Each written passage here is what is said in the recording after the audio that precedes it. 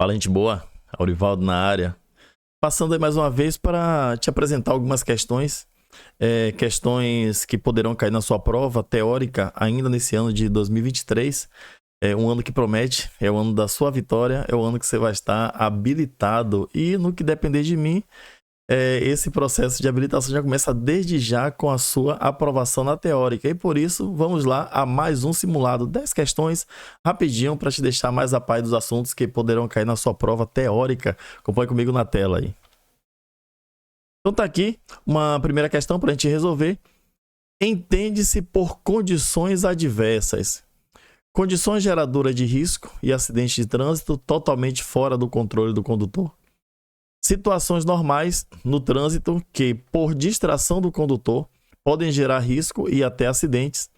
Condições pessoais do condutor ou fora de seu controle que podem ser causa de acidentes. Situações inadequadas geradoras exclusivamente pelas autoridades de trânsito que podem causar acidentes. Então tá aqui uma questão bem tranquila, questão de direção defensiva, falando sobre as condições adversas. Então, condições adversas são condições geradoras de risco de acidente totalmente fora do controle do condutor. Colocar um asterisco aqui, porque aqui essa é uma possível candidata a ser gabaritada aí nessa questão. Letra B, situações normais. Então, condições adversas não são condições normais no trânsito. O próprio nome já sugere, né? Condições adversas, porque não é algo que é normal. Condições pessoais não é uma condição pessoal. Situações inadequadas geradas exclusivamente pelas autoridades de trânsito. Então, eliminei aqui 3 questões e a resposta é a letra A. Próxima questão. Assim fica fácil, gente boa. Próxima questão. O manuseio dos pedais de freio, acelerador e de embreagem, dependendo do calçado utilizado, pode atrapalhar o condutor e gerar risco de acidente.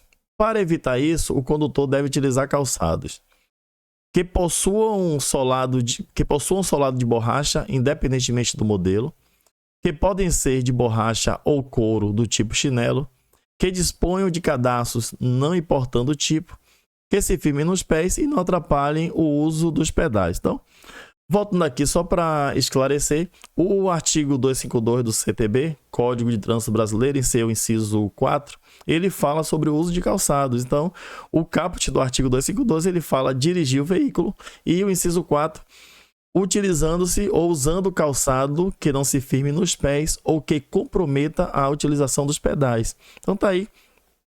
Sobre o uso de calçados, o que o Código de Trânsito Brasileiro determina. Calçado, é proibido utilizar calçado que não se firme nos pés ou que comprometa a utilização dos pedais. Aí quando a gente volta lá para a questão, a gente observa uma coisa importante. O CTB, o Código de Trânsito Brasileiro, ele não fala sobre solado de borracha. Então eu já eliminei letra A. Letra B, que podem ser de borracha ou de couro. O código não fala também sobre borracha ou couro. Que dispõe de cadastro. Ih, cadastro está fora. Está fora cadastro. Eliminei A, B e C. Me resta aí a alternativa D. Que se firme nos pés ou que se firme nos pés e não atrapalhe o uso dos pedais. Marquei a letra D, gente boa. Passei para a próxima. Questão 43. Aí uma questão com enunciado grande, mas a resposta é muito fácil. Em uma via com mais de uma faixa por sentido, o condutor observa um obstáculo à distância, por exemplo, um buraco. Nesta condição, para evitar manobra que possa causar acidente, com a possível presença de motociclistas, o condutor deve: letra A, reduzir a velocidade e sinalizar com antecedência se for necessário mudar de faixa, manter a velocidade e frear bruscamente diante do obstáculo, manter a velocidade e mudar de faixa imediatamente, não necessitando sinalizar, aumentar a velocidade e mudar de faixa imediatamente, não necessitando sinalizar. Então tá aqui uma questão que coloca o condutor de um veículo em uma situação de uma via que tem mais de uma faixa por sentido, e aí de repente o condutor se depara com um buraco na via, por exemplo. Poderia ser um outro obstáculo, mas um exemplo aqui apresentado na questão é um buraco. Então, e aí, o que é que esse condutor faz quando ele está em uma via de um sentido com várias faixas e ele se depara com um buraco e ele percebe a presença de motociclistas? O que ele deve fazer? Então, vamos lá para as alternativas. Reduzir a velocidade e sinalizar com antecedência. Se for necessário, mudar a faixa. Vou colocar um asterisco aqui, mas perceba que eu não marquei no gabarito ainda. Claro que no dia da sua prova teórica não vai ter como você colocar um asterisco, mas você guarda na sua mente que a letra A é uma candidata a ser marcada como gabarito. Mas a gente precisa analisar as próximas alternativas. Manter a velocidade de jeito nenhum, percebi um buraco ou um obstáculo, eu preciso reduzir a velocidade. Manter a velocidade também não, eliminei. Aumentar a velocidade de jeito nenhum, letra A, marquei.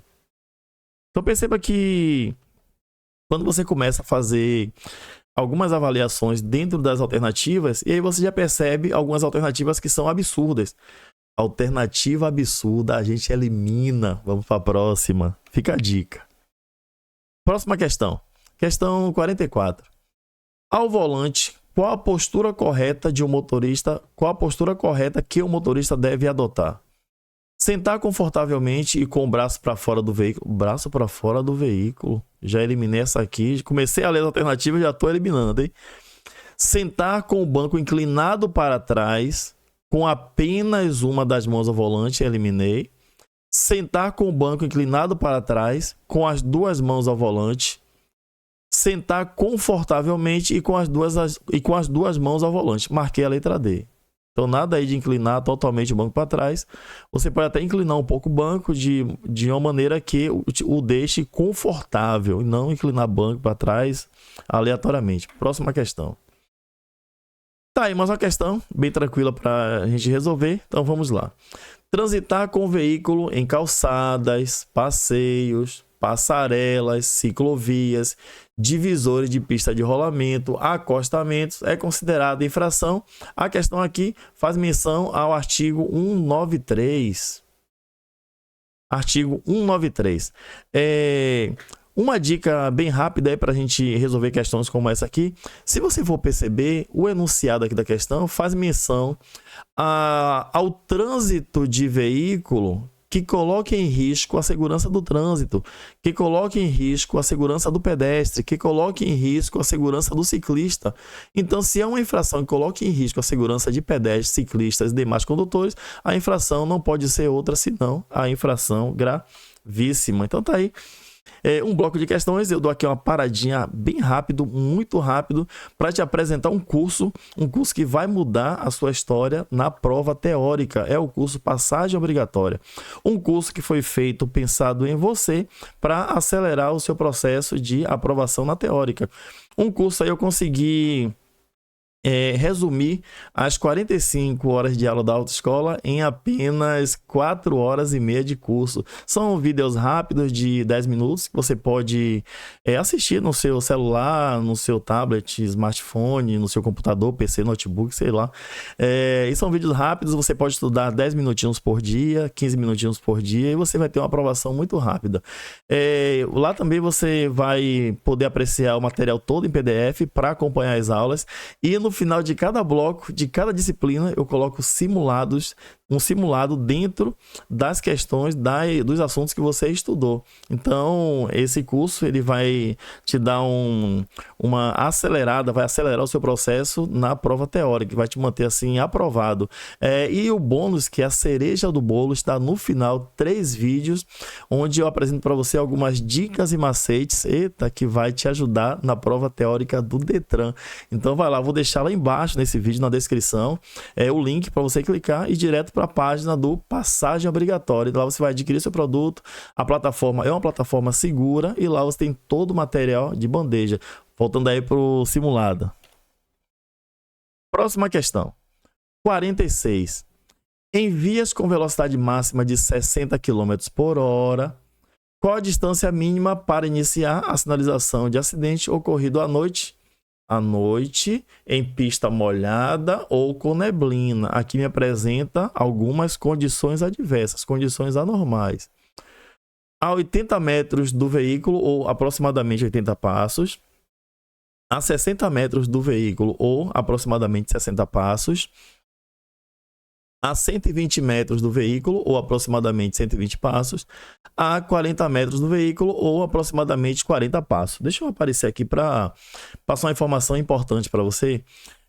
A norma contida na legislação de trânsito, eu estou falando de norma, não de lei, fala que a distância mínima para se colocar um triângulo de segurança é de 30 metros. Isso se o carro quebrou, ou se você se envolveu em um acidente, ou você foi ajudar em algum acidente, a distância mínima é de 30 metros. Na prática, a recomendação aí é que você observe a velocidade máxima permitida na via. E isso é a velocidade que está estabelecida na placa R19, que é uma placa que estabelece a velocidade máxima da via. Ou então, na ausência, vamos seguir aquela regrinha lá da velocidade nas vias, onde não tem sinalização. Via de trânsito rápido 80, via arterial 60, via coletora 40, via local 30. Então tá aí a dica. E o que é que você precisa fazer? Converter essas velocidades para metros. Então você vai utilizar para cada passo largo ou longo 1 metro. Então você vai converter. Aí, por exemplo, se ocorreu um acidente ou seu carro quebrou em uma via de 80, você vai colocar o triângulo de segurança a 80 passos. Agora, se entra uma condição adversa, nesse caso, já não é mais 80, tem que dobrar. Aí vai para 160 metros. Voltando lá para a questão. Em vias com velocidade máxima de 60 km por hora, então nós já sabemos que a via é de 60 por hora, e agora nós sabemos também que seria a colocação da sinalização do acidente, seria 60 metros, seria. Por que seria, professor?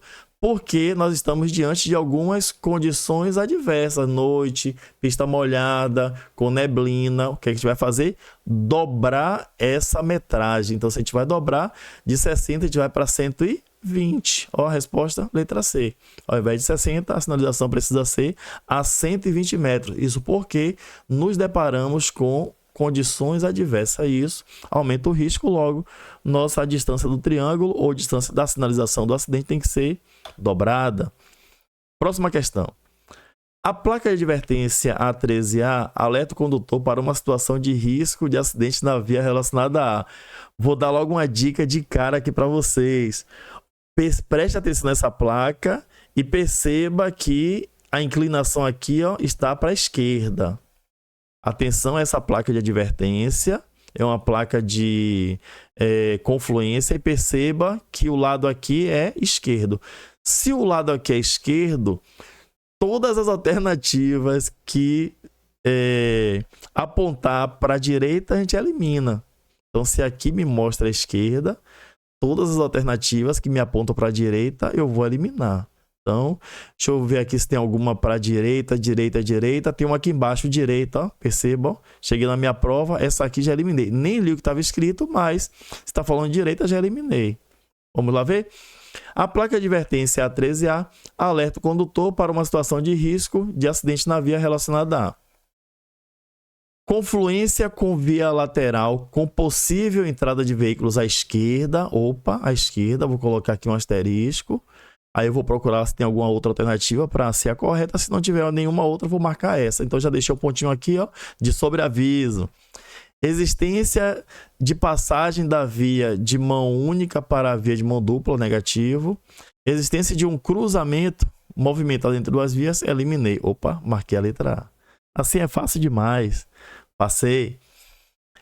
Antes da circulação do veículo, o condutor deverá verificar o bom funcionamento das luzes de... Então, antes de você colocar o veículo em via pública, antes de circular, o condutor ele tem aí o dever de verificar o bom funcionamento das luzes.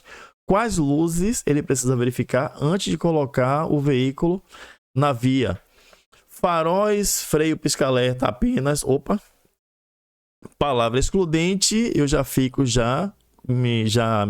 me chama a atenção um alerta, porque é uma possível questão que eu posso eliminar, então já vou deixar aqui de alerta. Luzes de faróis, freio, pisca-alerta, placa, indicador de mudança de direção, marcha ré. Opa, isso aqui tá bem completão, vou colocar um asterisco aqui, não marco lá ainda porque eu preciso verificar as outras alternativas. Faróis, freio, marcha ré apenas, eliminei. Faróis, freio, luzes internas apenas, eliminei. Opa, marquei a letra B. Que perfeito, que show. Próxima questão. O freio do tipo ABS, Anti-Lock Brake System, torna mais segura a frenagem, pois aplica força menor nas rodas traseiras, bloqueia todas as rodas simultaneamente, evita que a roda bloqueie e o veículo derrape, aplica força menor nas rodas dianteiras. O ABS, ele tem uma função que é evitar o bloqueio das rodas em caso de uma frenagem de emergência, devido a um acidente ou uma parada repentina do trânsito. A ideia, a intenção aí do ABS é evitar que as rodas bloqueiem, que as rodas travem e que esses veículos continuem na trajetória desenfreado. Então a ideia é que ele mantenha a roda, entre aspas, rodando e esse veículo ele pare mais rápido. Então aplica a força menor na roda traseira, não, negativo. Bloqueia, então a ideia do ABS é evitar o bloqueio. Aqui a letra B afirma que bloqueia, então não bloqueia. Evita que a roda bloqueie, e o veículo derrape. Ótimo, colocar um pontinho aqui, mas não marco lá ainda. Aplica a força menor nas rodas dianteiras, não. Agora sim, agora eu posso marcar com certeza. E aqui a última alternativa, a última questão, para a gente encerrar. Para maior segurança nas curvas, nas manobras de emergência e nas frenagens, os equipamentos que devem estar em boas condições de funcionamento são amortecedores e pisca-alerta, suspensão e faróis, pisca-alerta e faróis, suspensão e amortecedores. Então vamos lá, analisando aqui a questão, o enunciado. Para maior segurança nas curvas, o que eu preciso para ter uma maior segurança nas curvas? Nas manobras de emergência, o que eu preciso ter para ter uma maior segurança nas manobras de emergência, e também o que eu preciso ter para maior segurança nas frenagens. Então esse conjunto aqui não me dá outra alternativa a não ser marcar a letra D, suspensão e amortecedores. É o que eu preciso para me dar segurança em curvas, manobra de emergências e frenagens. Pisca-alerta não, farol não, suspensão e amortecedor. Então tá aí, gente boa, mais um bloco de questões para a gente treinar, para a gente tirar uma boa nota, né? Uma prova, uma boa nota. Acima aí de 70%, qualquer nota aí pra gente estabelecer, importante ser aprovado. E eu tô aqui para te ajudar. Certamente, se você acompanhar aí esses nossos vídeos, né, que a gente posta aqui no YouTube, certamente você vai se dar bem aí na sua prova teórica. E aproveitando, não esqueça de deixar aquela curtida aí embaixo, deixa aí o seu comentário lá embaixo também sobre o que você achou do vídeo. E se você ainda não é inscrito no nosso canal, que se inscreva no nosso canal, divulgue nosso canal, e que pra gente é muito importante. Aquele abraço, gente boa, até o próximo vídeo, fui!